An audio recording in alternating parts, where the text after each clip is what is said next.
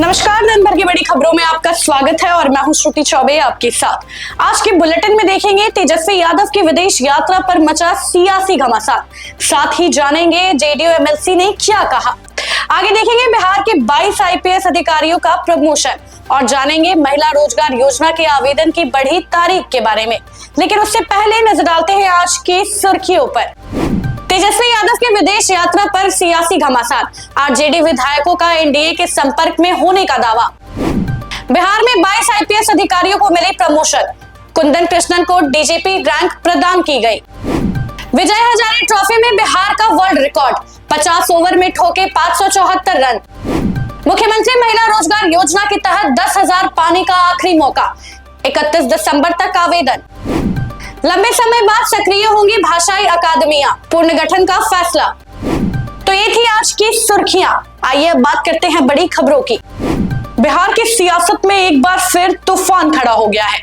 नेता प्रतिपक्ष तेजस्वी यादव विदेश दौरे को लेकर घिरते हुए नजर आ रहे हैं। जेडीयू ने मोर्चा खोल दिया है, वहीं बीजेपी के दावे से आरजेडी के अंदर भूचाल भी आ गया है। बड़ा सवाल यह है कि क्या बिहार में आरजेडी खत्म होने वाली है? आइए देखिए पूरी खबर। बिहार की राजनीति एक बार फिर उबाल पर है। एक तरफ तेजस्वी यादव के विदेश दौरे को लेकर सियासी घमासान मचा हुआ है, तो दूसरी तरफ बीजेपी विधायक के बयान ने आरजेडी के भविष्य पर ही सवाल खड़े कर दिए हैं। तेजस्वी यादव के विदेश दौरे को लेकर जेडीयू ने गंभीर आरोप लगाए हैं। जदयू के प्रवक्ता नीरज कुमार ने डीजीपी को पत्र लिखकर इस दौरे की जांच की मांग की है। मीडिया रिपोर्ट्स का हवाला देते हुए उन्होंने आरोप लगाया कि तेजस्वी यादव कथित तौर पर उत्तर प्रदेश के हिस्ट्री शीटर रमीज नेमत खान के साथ विदेश यात्रा पर गए। नीरज कुमार ने आशंका जताई कि इस यात्रा में मोतिहारी विधानसभा क्षेत्र से राजद प्रत्याशी देवा गुप्ता भी शामिल हो सकते हैं। पुलिस महानिदेशक बिहार से हमने अनुरोध किया है कि माननीय तेजस्वी यादव जी मीडिया स्रोत से प्राप्त जानकारी के अनुसार देश से बाहर है और उनके साथ रमीज नेमत खान, जो मीडिया के स्रोत कह रहे हैं, जिसका खंडन अब तक नहीं हुआ है, जो उत्तर प्रदेश का हिस्ट्री सीटर है, वह तेजस्वी यादव के साथ है। साथ ही साथ इसी बीच मोतिहारी में राष्ट्रीय जनता दल का उम्मीदवार रहा देवा गुप्ता, जिस पर 28 हत्या, रंगदारी जैसे संगीन मामले हैं, वो फरार है। 1 लाख का इनाम मोतिहारी पुलिस ने घोषित किया है। पुलिस मुख्यालय तेजस्वी यादव के साथ जाने वाले, हमारी आशंका है कि देवा गुप्ता भी तो तेजस्वी यादव के साथ नहीं गया है। इस पूरे मामले की पर गंभीरता से पुलिस मुख्यालय कड़ी नजर रखे, चूंकि जब हिस्ट्री सीटर रमीज खान जा सकता है तो देवा गुप्ता भी विदेश उनके साथ जा सकता है, ऐसी हमारी आशंका है। वहीं दूसरी ओर बीजेपी विधायक नीरज बबलू ने बड़ा राजनीतिक दावा किया है। उन्होंने कहा है कि बिहार में राजद का भविष्य समाप्ति की ओर है और पार्टी के सभी विधायक एनडीए के संपर्क में हैं। उनके इस बयान के बाद बिहार की राजनीति में हलचल और तेज हो गई है। कोई नाराज नहीं है और आरजेडी है कहाँ जो ऑफर देगा। आरजेडी का सफाया हो गया। नरक में कौन जाने वाला? नरक में ठेलम ठेला चले क्या? वो भी भाग के इधर ही आने वाला है। नरक है, सारे लोग संपर्क में है, सारे टूट के इधर आने वाले हैं। आरजेडी और इंडिया गठबंधन नरक है, कोई नरक में जाना पसंद नहीं करेगा। बिहार क्रिकेट टीम ने रांची के जेएससीए ओवल ग्राउंड में अरुणाचल प्रदेश के खिलाफ खेले जा रहे विजय हजारे ट्रॉफी के मैच में वर्ल्ड रिकॉर्ड बना दिया है। बिहार क्रिकेट टीम ने पहले बल्लेबाजी करते हुए 6 विकेट पर 574 रन बनाए हैं। लिस्ट ए क्रिकेट का यह सबसे बड़ा स्कोर है। बिहार ने टॉस जीतकर पहले बल्लेबाजी का फैसला किया था। वैभव सूर्यवंशी, कप्तान शकीबुल गनी और आयुष लोहारुका की शतकीय पारियों की बदौलत बिहार ने प्रथम श्रेणी क्रिकेट का रिकॉर्ड स्कोर बनाया है। आइए देखिए पूरी खबर। बिहार ने क्रिकेट में इतिहास रच दिया है। विजय हजारे ट्रॉफी के अपने पहले ही मुकाबले में बिहार की टीम ने ऐसा कारनामा कर दिखाया जिसे भारतीय ही नहीं बल्कि विश्व क्रिकेट में भी लंबे समय तक याद रखा जाएगा। रांची में खेले जा रहे इस मुकाबले में बिहार ने अरुणाचल प्रदेश के खिलाफ 50 ओवर में 6 विकेट के नुकसान पर 574 रन ठोक दिए। ये लिस्ट ए क्रिकेट इतिहास का सबसे बड़ा स्कोर है। इससे पहले यह रिकॉर्ड तमिलनाडु के नाम था, जिसने साल 2022 में अरुणाचल प्रदेश के खिलाफ 506 रन बनाए थे। 3 साल बाद बिहार ने उसी टीम के खिलाफ यह रिकॉर्ड तोड़कर खुद को इस सूची में शीर्ष पर पहुंचा दिया है। इस लिस्ट में अब बिहार पहले, जबकि इंग्लैंड और सरे की टीमें तीसरे और चौथे स्थान पर हैं। इस ऐतिहासिक पारी की नींव ओपनर वैभव सूर्यवंशी ने रखी। बिहार की शुरुआत आक्रामक अंदाज में हुई और पहले विकेट के लिए 158 रनों की साझेदारी हुई। वैभव सूर्यवंशी ने तूफानी बल्लेबाजी करते हुए महज 84 गेंदों में 190 रन बनाए। उनकी पारी में 16 चौके और 15 छक्के शामिल रहे। ये पारी न सिर्फ बिहार के लिए बल्कि भारतीय क्रिकेट के लिए भी ऐतिहासिक बन गई। बिहार की ओर से 3 बल्लेबाजों ने शतकीय पारी खेली। वैभव सूर्यवंशी के अलावा विकेटकीपर बल्लेबाज आयुष लोहारुका ने शानदार 116 रन बनाए। वहीं कप्तान साकिबुल गनी ने तो गेंदबाजों पर कहर बरपा दिया। उन्होंने सिर्फ 40 गेंदों में 128 रनों की विस्फोटक पारी खेली। बिहार की पूरी पारी के दौरान कुल 49 चौके और 38 छक्के लगे, यानी टीम ने 377 रन सिर्फ बाउंड्री से बना डाले। इस मैच का सबसे चमकता सितारा वैभव सूर्यवंशी रहे। महज 14 साल और 272 दिन की उम्र में वैभव पुरुषों की लिस्ट ए क्रिकेट में शतक लगाने वाले सबसे कम उम्र के खिलाड़ी बन गए हैं। ये उनका लिस्ट ए क्रिकेट में सिर्फ 7वां मैच था। उन्होंने दिसंबर 2024 में मध्य प्रदेश के खिलाफ अपना डेब्यू किया था और इतने कम समय में ऐसा रिकॉर्ड बनाना असाधारण माना जा रहा है। वैभव ने इस मुकाबले में कई रिकॉर्ड अपने नाम किए। उन्होंने सिर्फ 36 गेंदों में शतक जड़ दिया, जो T20 के अलावा सीनियर क्रिकेट में उनका पहला शतक था। इसके बाद उन्होंने 59 गेंदों में 150 रन पूरे कर लिस्ट ए क्रिकेट का सबसे तेज 150 बनाने का रिकॉर्ड भी अपने नाम कर लिया। कुल मिलाकर बिहार की यह पारी क्रिकेट इतिहास के स्वर्णिम अध्याय में दर्ज हो गई है और वैभव सूर्यवंशी ने भविष्य के एक बड़े सितारे होने का संकेत दे दिया है। कहते हैं प्रेम की कोई सीमा नहीं होती और कभी कभी जीवन ऐसी कहानियां लिख देती है जो हर किसी की आंखें नम कर देती है। मुंगेर से एक ऐसी ही हृदय विदारक घटना सामने आई है, जहां पति पत्नी ने साथ साथ जीवन बिताया और अंत भी साथ हुआ।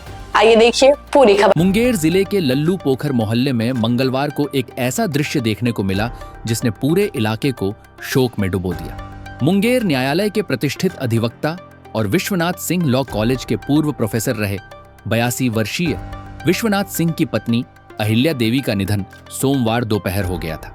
पूरा परिवार शोक में डूबा हुआ था, लेकिन जो हुआ उसकी किसी ने कल्पना भी नहीं की थी।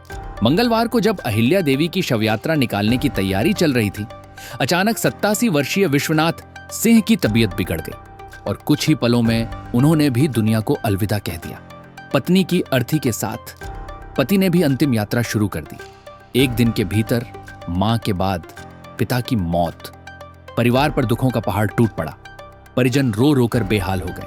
विश्वनाथ सिंह सिर्फ एक प्रतिष्ठित अधिवक्ता नहीं थे, वे विश्वनाथ सिंह लॉ कॉलेज मुंगेर में प्रोफेसर भी रह चुके थे। कानून के क्षेत्र में उन्होंने अनगिनत छात्रों को शिक्षा दी। आज उनके कई शिष्य मुंगेर न्यायालय में अधिवक्ता के रूप में सेवारत हैं। उनकी शादी वर्ष 1961 में भागलपुर जिले के शाहपुर निवासी अहिल्या देवी से हुई थी। 60 से अधिक वर्षों का साथ, 3 पुत्र और 2 पुत्रियां, एक संपूर्ण परिवार। साथ के लॉ कॉलेज में पढ़ते थे तो हम लोग के ये गुरु थे और हम लोग को पढ़ाते थे। उसके बाद जब न्यायालय में प्रैक्टिस के लिए आए तो इनके साथ काम करने का भी मौका मिला है और ये हम लोग को जब कोई जरूरत होता था पूछने के लिए जाते थे तो बिना किसी भेदभाव से। श्री विश्वनाथ सिंह सीनियर एडवोकेट, उनकी पत्नी का कल 9 बजे निधन हुआ था। उसके बाद वो जैसे ही इस न्यूज को सुने वो शॉक्ड हो गए और शॉक्ड हो गए तो बोलना बंद हो गया और पुनः उनकी स्थिति समयबद्ध गड़बड़ाते गया। लास्ट में आज जब 3 बजे सब उठाने का समय हुआ तो वो भी हॉस्पिटल में अपना दम छोड़ दिए। बड़े पुत्र शैलेश कुमार शिक्षक हैं, दूसरे पुत्र विभेश कुमार अधिवक्ता हैं, तीसरे पुत्र राकेश कुमार बैंक से सेवानिवृत्त हो चुके हैं। पुत्र विभेश कुमार के शब्दों में सोमवार को मां का निधन हुआ, मंगलवार को शव यात्रा निकलनी थी, लेकिन उससे पहले ही पिता ने भी दम तोड़ दिया। और फिर एक अभूतपूर्व दृश्य देखने को मिला। पति पत्नी की एक साथ शव यात्रा निकली।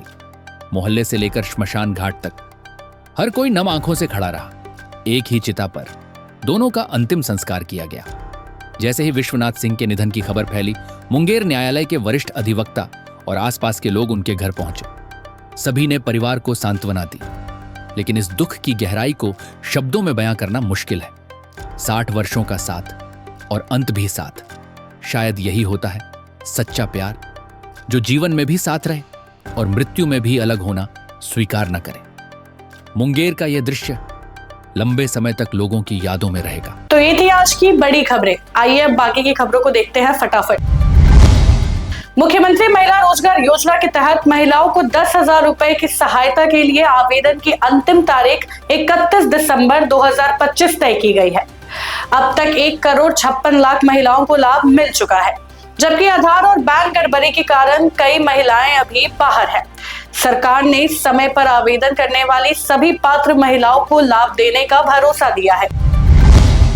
बिहार सरकार ने 2012 बैच के 22 आईपीएस अधिकारियों को डीआईजी पद पर प्रमोशन दिया है, जिससे पुलिस प्रशासन में बड़े बदलाव हुए हैं। वहीं 1994 बैच के वरिष्ठ आईपीएस कुंदन कृष्ण को एडीजी से प्रमोट कर डीजीपी रैंक में शामिल किया गया है, जो 1 जनवरी 2026 से लागू होगा।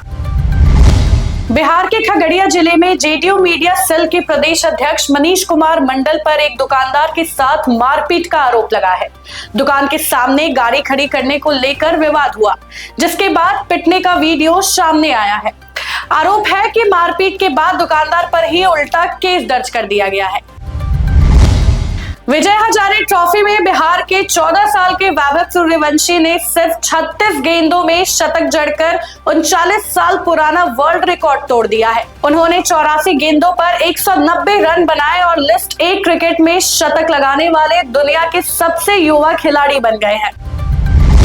बिहार सरकार ने मैथिली, मगही, भोजपुरी, बंगला और अंगिका समेत सभी भाषाई अकादमियों के पूर्ण गठन की प्रक्रिया शुरू कर दी है। लंबे समय से पद खाली होने और प्रकाशन बंद रहने के कारण यह कदम उठाया गया है। सरकार सभी अकादमियों को एक छत के नीचे लाने की योजना पर काम कर रही है। मुजफ्फरपुर में रील बनाने की सनक में कुछ किशोरों ने वंदे भारत एक्सप्रेस पर पत्थरबाजी कर दी, जिससे ट्रेन की 3 बोगियों के शीशे टूट गए। घटना से यात्रियों में दहशत फैल गई। आरपीएफ ने कार्रवाई करते हुए तीनों किशोरों को पकड़कर जुवेनाइल कोर्ट में पेश किया है। पटना को आदर्श राजस्व जिला बनाने के लिए जिला प्रशासन ने सभी राजस्व अधिकारियों और कर्मचारियों की छुट्टी पर 31 दिसंबर तक रोक लगा दी है। डीएम के आदेश पर लंबित भूमि विवाद, दाखिल खारिज और मापी जैसे मामलों को तय समय में निपटाने का निर्देश दिया गया है। कड़ाके की ठंड और शीतलहरी को देखते हुए बिहार के कई जिलों में कक्षा 8वीं तक के सभी सरकारी और निजी स्कूल 31 दिसंबर तक बंद कर दिए गए हैं। बच्चों की सेहत को ध्यान रखते हुए यह फैसला लिया गया है। 9वीं और उससे ऊपर की कक्षाएं सुबह 10 बजे से सीमित समय में चलेंगी।